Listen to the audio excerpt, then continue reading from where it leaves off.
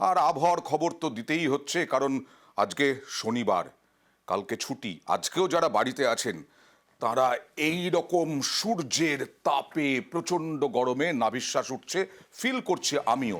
এখানে যতই এসিতে থাকি না কেন, বাইরে কীরকম গরম জানি, এবং এই গরম কালকে থাকবে। অর্থাৎ এই যে বসন্তকাল, ফাগুন, সেই ফাগুনে আগুন। কথা বলবো প্রতিনিধি সুদীপ্তর সঙ্গে। সুদীপ্ত একেবারে জ্বলে পুড়ে খাক হয়ে যাচ্ছে মনে হচ্ছে কলকাতা শহরে। সুদীপ্ত, কি হবে আগামী দুদিন?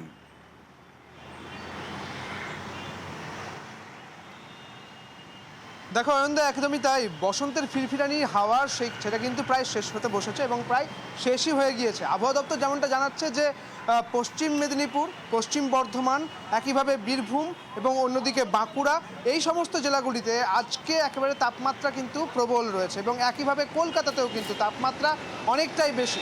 সর্বনিম্ন তাপমাত্রা এবং সর্বোচ্চ তাপমাত্রা প্রায় 5 ডিগ্রি মতো বেড়ে গিয়েছে, সর্বনিম্ন তাপমাত্রা প্রায় 4 ডিগ্রি মতো বেড়ে গিয়েছে, এমনটাই বলছে আবহাওয়া দপ্তর।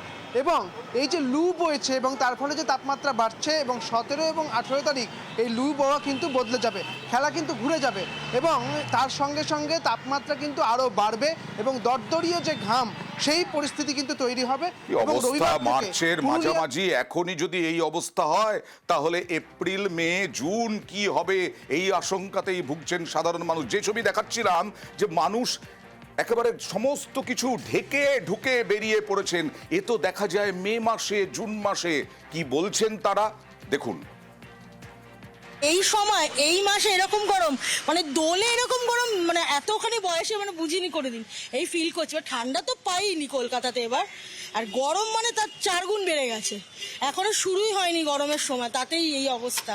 ওই সময় কি হবে জানি না, কোথায় পৌঁছাবো তাও জানি না। গরম এতটাই বেড়েছে যে মানে রাস্তায় বেরোনো যাচ্ছে না, প্রচন্ড অবস্থা। আমরা জেনারেলি টুপি এখন পরে বেরোতে হচ্ছে, না হলে এত হিট হচ্ছে।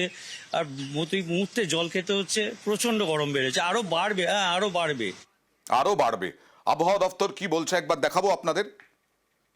দক্ষিণবঙ্গের জেলাগুলিতে বর্তমানে দিনের তাপমাত্রা স্বাভাবিকের থেকে অনেকটাই বেশি রয়েছে, প্রায় 4 থেকে 6 ডিগ্রি মতো বেশি রয়েছে দিনের সর্বোচ্চ তাপমাত্রা। পশ্চিম বর্ধমান, বাঁকুড়া এইসব জেলাগুলোয় গত 24 ঘন্টা সর্বোচ্চ তাপমাত্রা 39 থেকে 40 ডিগ্রি কাছাকাছি ছিল। কলকাতা গত 24 ঘন্টা সর্বোচ্চ ছিল 34 ডিগ্রি কাছাকাছি।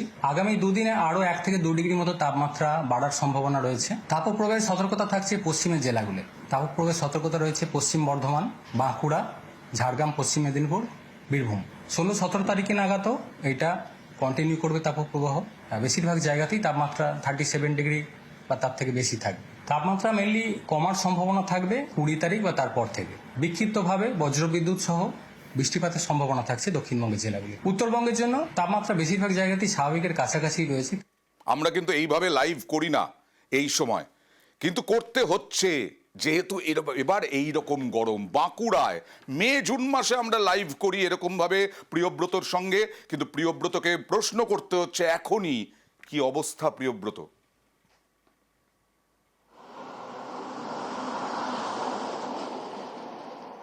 একেবারে তুমি যেমনটা বলছিলে যে এই সময় অন্তত গরমের লাইভ করি না, তুমি আমার পেছনের রাস্তাটা দেখলে বুঝতে পারবে এটা বাঁকুড়ার প্রবেশের মূল রাস্তা। সেই রাস্তা কিন্তু শুনশান, যে কটা গাড়ি আছে সবগুলাই 4 চাকা এবং সবাইকারই কাঁচ ওঠানো, মানে ভেতরে এসি চলছে। তুমি বুঝতেই পারছো বাঁকুড়ার তাপমাত্রা এখন কোন জায়গায়। শুধুমাত্র মার্চের 15 তারিখ আজ সবে মাত্র, এপ্রিল রয়েছে, মে রয়েছে এবং জুন রয়েছে। এই মাসগুলো কি হবে সেটা ভেবেই কিন্তু বাঁকুড়ার মানুষের নাভিশ্বাস উঠছে, কারণ হাঁক পাক করছে জীবন। ইতিমধ্যেই মানুষ নাভিশ্বাস উঠছে, সকাল 10টার মধ্যে নিজের কাজ সেরে বাড়িতে প্রবেশ করে যাচ্ছেন। মার্চ মাসেই সকাল 10টার মধ্যে কাজকর্ম সেরে বাড়িতে ঢুকে যাচ্ছেন সবাই, আর অফিসে ঢুকে যাচ্ছেন তো সবাই সকালেই। কিন্তু মে জুন মাসে কি হবে বাঁকুড়া, পুরুলিয়া, ঝাড়গ্রাম, সত্যি ভাবার।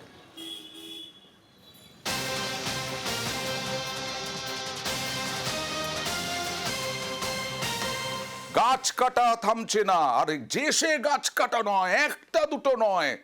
দেখুন, 825টা গাছের বরাতে 4000 গাছ কেটে সাফ একদম বেআইনি ভাবে এগড়ায় কাঠগড়ায় বিজেপি নেতা।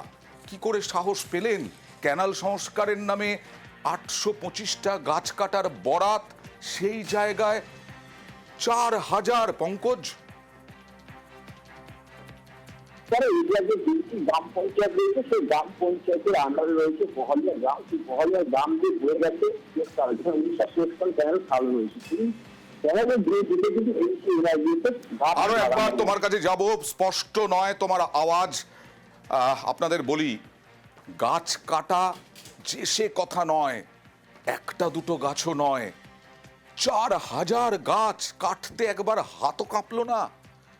পঞ্চায়েত প্রশাসনের ভূমিকায় ক্ষোভ স্থানীয়দের। পঙ্কজ, শোনা যাবে এবার স্পষ্ট?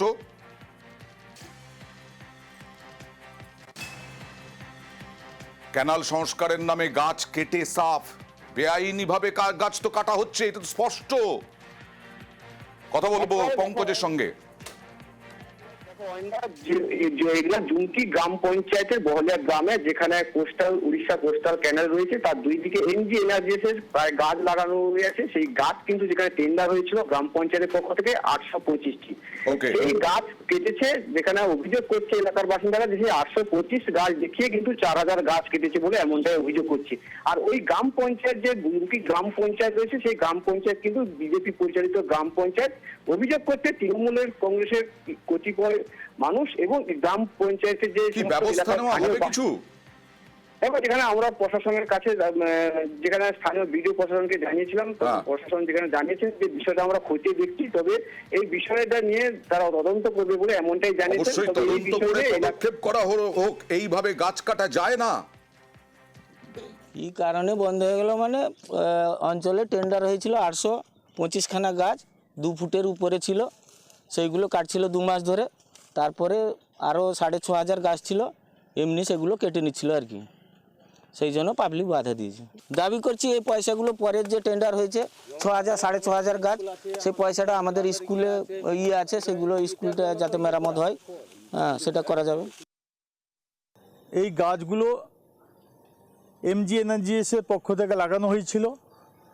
টেন্ডার হয়েছে 825টি গাছের। অবৈধভাবে প্রায় 4000 গাছ কেটে নিয়ে চলে যাচ্ছে। তখন গ্রামবাসীরা জানতে পাওয়ায় তারা সৃষ্টি করেছে। যদি প্রধানের তার কোনো আইনি ব্যবস্থা না হয়, আমরা কিন্তু বৃহত্তর আন্দোলনে নামব।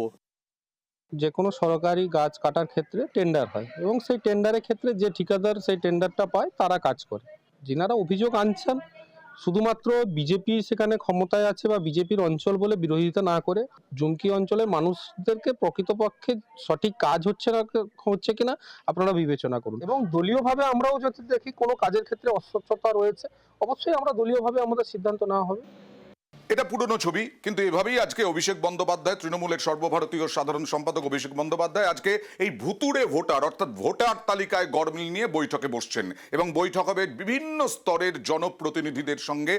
অভিষেক বন্দ্যোপাধ্যায়ের বৈঠক, কথা বলবো প্রতিনিধি আবিরের সঙ্গে। লক্ষ্য 26 বৈঠকে কি নির্দেশ থাকবে?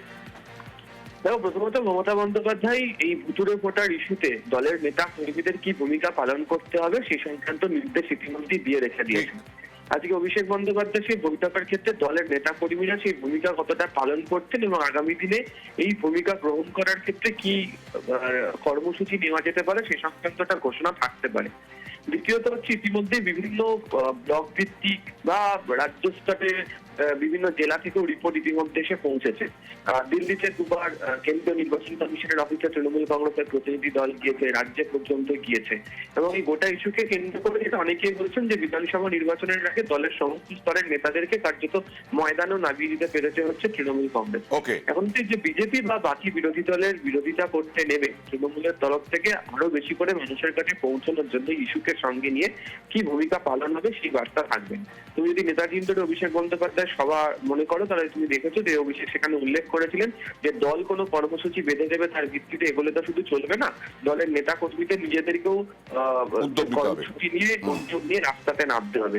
তো সেই সংক্রান্ত বার্তাও থাকতে পারে। ফলে নতুন কোনো কর্মসূচি থাকছে কিনা আর এই আন্দোলনকে আরো বৃহত্তর আকারে নিয়ে যাওয়ার জন্য কি ব্যবস্থা নেওয়া হতে পারে সেই সংক্রান্ত বার্তা অভিষেক কাছে রাখবেন বলে মনে করছে তৃণমূল কংগ্রেস।